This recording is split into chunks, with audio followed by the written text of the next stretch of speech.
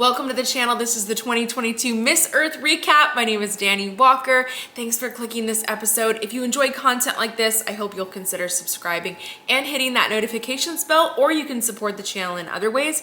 You can hit that super thanks button just like Roland Ramirez did. Thank you so much, Roland, for contributing to the channel. It really helps me. Many of you who watch the vlog know that my camera recently broke, so I am working on paying off the one that I'm filming with right now. So I appreciate that support. Or of course, just share the channel with your friends. And if you're preparing for a pageant, check out my free pageant prep course. As always, it's linked in the description below and it's just for you. So let's get right into this. I'm very excited to see the contestants back in an in-person pageant. That's very exciting news for the Miss Earth organization. What I love about this show opening is that they incorporated Destiny, the reigning Miss Earth. I always love when the reigning title holders get to be a part of the final show and they don't just show up for crowning. I like that we get to honor them and really celebrate them throughout the competition, but because it took a lot for her to earn this title. So let's see her during the final show. The one change I would make though to the opening is to see the contestants in a more cohesive opening number outfit. Personally, I would have preferred a more uniform look. As you can see, the contestants here, they are in like swimsuits with lots of capes and accessories, lots of different colors. Not much cohesion there. I would at least have liked a similar color for all of the contestants, something like that. After the opening number, they cut straight to that top 20. So let's talk top 20 swim. I'm gonna share with you my favorite standout performances. I'll start by saying that Ethiopia is stunning. I think that she needs more training for her walk, but I would love to see her go to another international competition. Brazil, so pretty. Love this walk and this performance. I will say though that she did look down a few times, and that's one of those little tiny things that can affect your score at a pageant. So ladies, that's not just a note for Miss Brazil, that is a note for you too. I know it can be tempting to look down, but resist that urge. Maintain eye contact with your judges and with the audience. Australia, my goodness. I talked about her in my other recent swim episode, which you can watch. You can see what I had to say there. But she is really giving me model vibes right out the gate, and it makes sense. They did say she was model. Let's also appreciate that she walked down those stairs with ease. She didn't even take a peek. And as many of you know, if you watched my Miss USA recap, the stairs were quite a challenge for our contestants in the US this year, okay? Ladies, watch and learn from Australia. That's gotta be a part of your practice. Colombia, yes, girl. I think she looks even better here than in the swimsuit presentation that I saw earlier. Namibia was so vibrant in this blue color. It was honestly really working for her. It made her stand out. But I will say though, I think that the facial expressions could have been softened up for swim. Netherlands was one of my initial favorites when I saw her for swim earlier, and still one of my favorites here. But one thing I noticed is that I really wish that she would have just polished up that head movement so it wasn't so abrupt, just a little smoother when transitioning from poses and making eye contact with judges.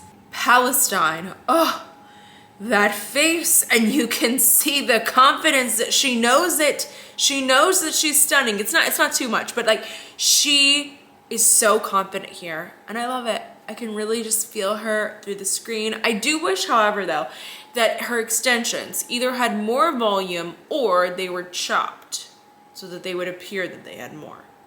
I thought they were a little long and sparse. Cuba with that opening hair flip. Oh my gosh, she was great here. She was super fun to watch.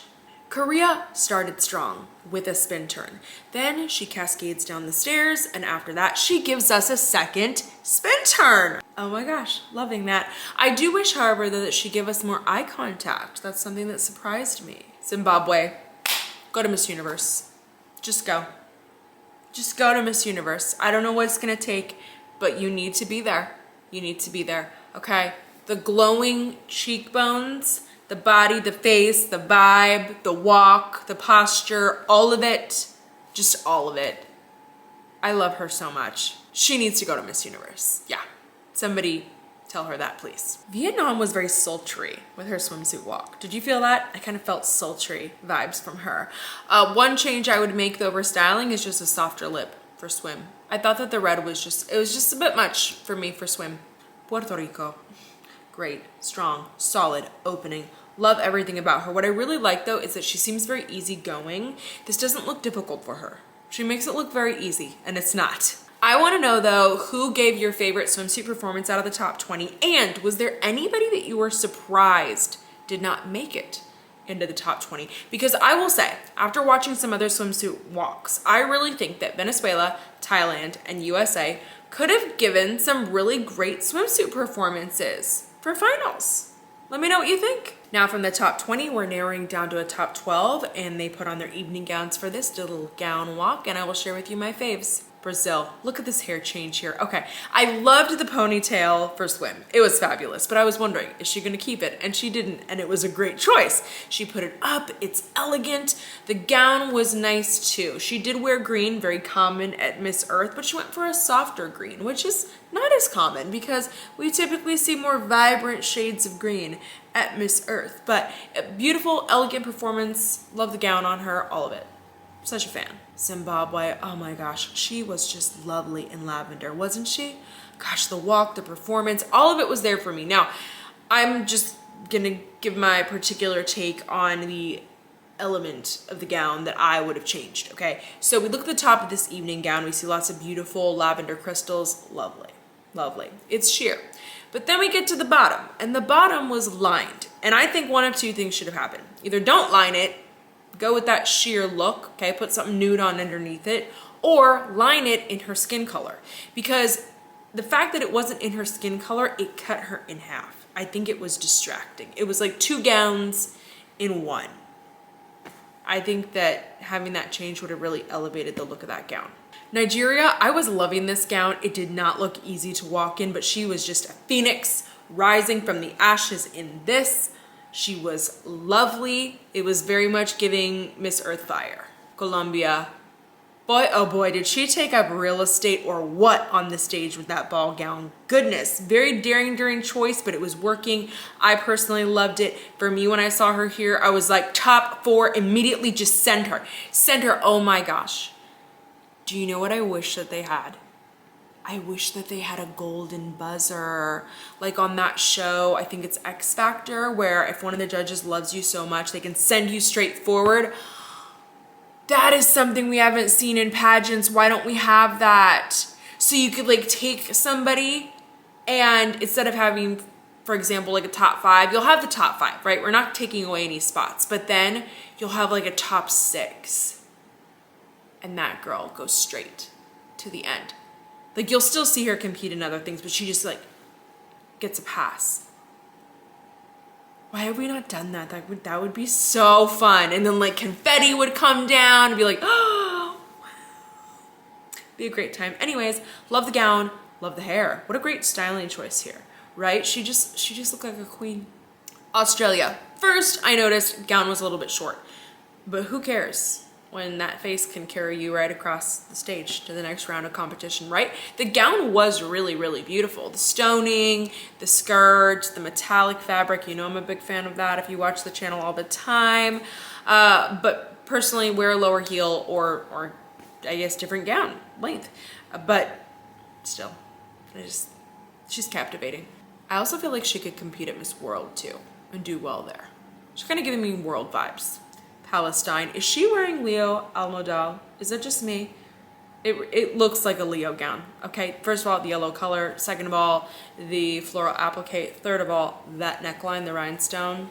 It's very Leo. That's what I would assume. But that face and the smile, oh my gosh, did you see the close-up that they gave her at the end of gown? Obviously she's advancing. Stunning. I'll mention that Cuba's sash did fall off, and at that point I was like, wait, they're in gown. Why do they have sashes on? That's one thing I really like about Universe. For finals, they take off the sashes when it gets to gown, so you get to appreciate the whole gown. Netherlands, what a look we have here. Oh my gosh, it's reminding me a lot of the Audrey Hepburn gown, which I think was in My Fair Lady. Oh, I could be wrong. That inspired the Kendall Jenner gown that she wore to the Met Gala that really made waves everywhere, although it was just really like a remake of the Audrey gown. Anyways, it's giving me that vibe with that neckline. She carried it well. She's glowing. I loved her throughout the whole competition. Korea, so pretty, really, really natural smile. And I was surprised though. Once again, not a lot of eye contact. I was like, they must really, really love you to be advancing with no eye contact. Now, we cut to a top 8. but the version that I found of the show on YouTube was pulled from Facebook, and apparently the Facebook broadcast cut out that top 8 part. I don't know if anybody else has access to this top 8, but I did not get to see it, so I cannot evaluate what happened in the top 8. But here's who made it into the top 8. Netherlands, Puerto Rico, Belgium, Colombia, Zimbabwe, Korea, Australia, and Palestine. Now after the top 8 competed, now we have our top 4. And the top 4 all got the same question. Fortunately, they had headphones on, so nobody had an unfair advantage. Korea, interestingly enough, was the last to be announced into the top 4. She was also the last to be announced into the top 20. Talk about building up anticipation. You're gonna give the girl a heart attack, oh my gosh. But you really wouldn't know it though. She didn't really react for the top 4. I was shocked. I was like, what's going on here? Like, if I was in the top 4 at Miss Earth, I might just fall over. Honestly, I would be thrilled. Now let's talk about their answers. So the question that they were asked, I want to say this, I really don't think it was fair the way it was worded, especially for our first contestant. Now, as the show went on, they started rephrasing the question because just like when you first hear it, you're like, wait, what did you just say? It's a little confusing. And you gotta also think there's pressure, there's nerves, there's audience, there's judges. Your dream is on the line, friends. Things can be misunderstood. So the question that went to Australia first is, what is one thing you want to write in this world and how would you write it? So at first I was like, write as in writing things down, and then I was like, oh, right as in right versus wrong. Got it.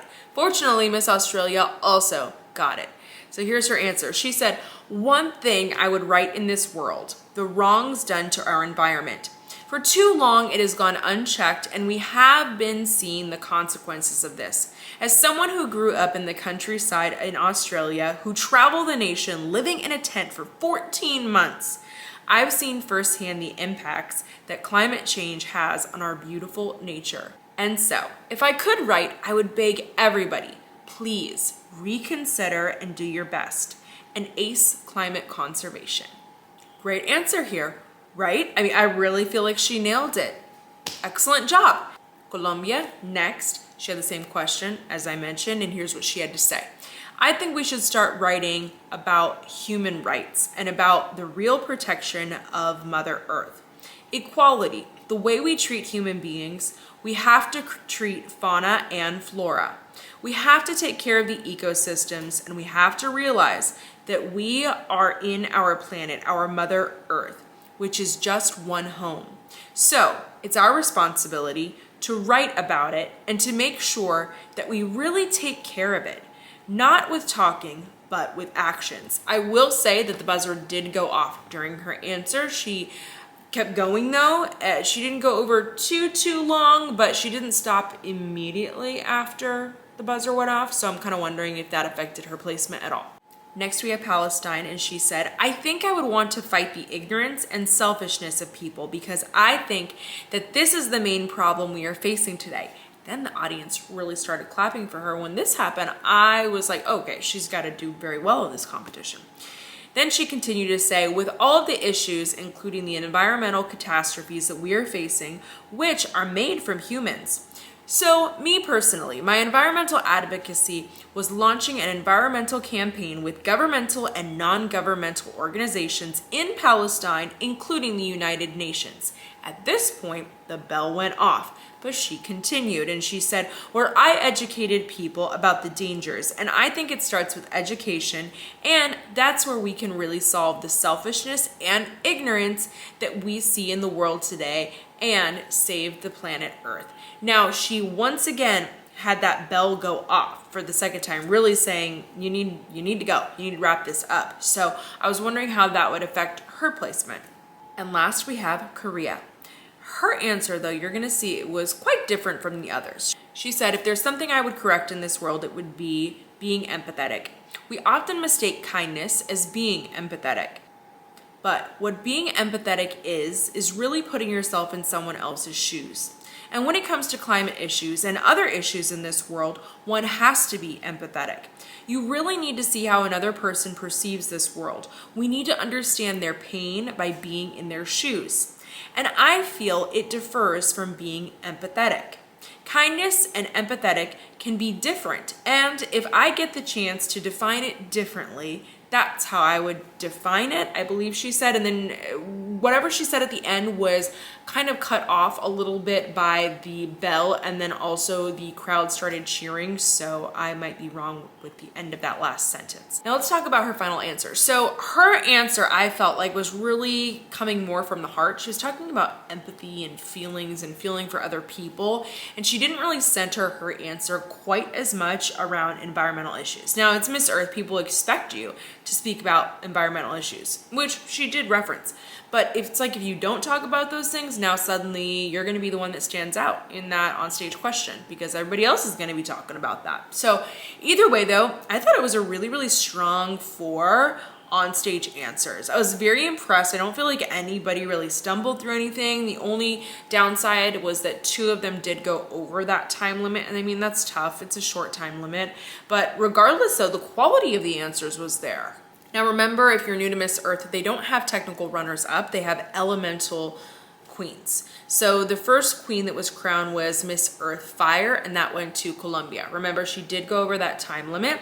Then we had water, and that went to Palestine. Once again, went over that time limit. Just something interesting to note for me. And then air went to Australia, and then our new Miss Earth is Korea. So congratulations to Korea. Honestly, she looked like she was in shock here, in absolute disbelief.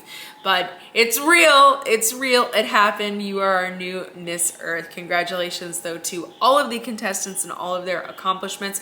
One other thing I'll mention is that I wish that they would have filmed the crowning differently. Usually when we have the crowning of a first runner-up and a winner, you see one first and then the other happen. Like, you'll see the new Miss Earth get crowned, and then shortly after she does her walk and gets her flowers and her trophy or whatever she receives, then you'll see the first runner-up get crowned, or vice versa, right?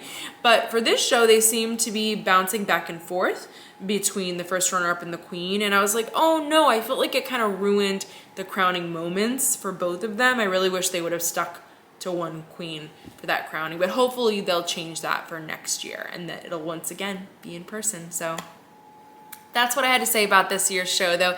Thank you for joining me for this episode. I hope you enjoyed it. Of course, now it's Miss Universe season. There'll be a lot of new Miss Universe episodes out on my channel. You can check out these other recent ones though in the meantime. And if you have any requests, let me know what you want to see on the channel. I love hearing those and taking them into consideration whenever I'm creating new episodes just for you. So thank you once again, and I hope that you subscribed and that you'll come back for lots more.